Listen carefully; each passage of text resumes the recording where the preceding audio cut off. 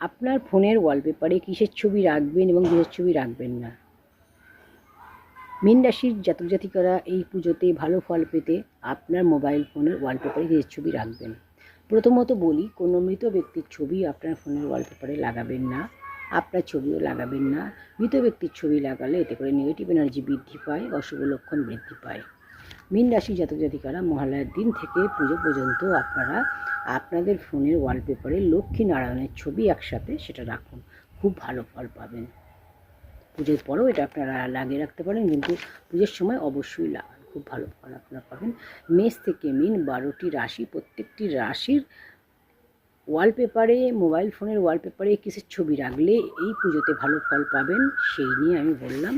তো আপনাদের যার যা রাশি সেই অনুযায়ী আপনারা আপনাদের ফোনের ওয়ালপেপারে সেই ছবিগুলো লাগান, অত্যন্ত শুভ ফল পাবেন।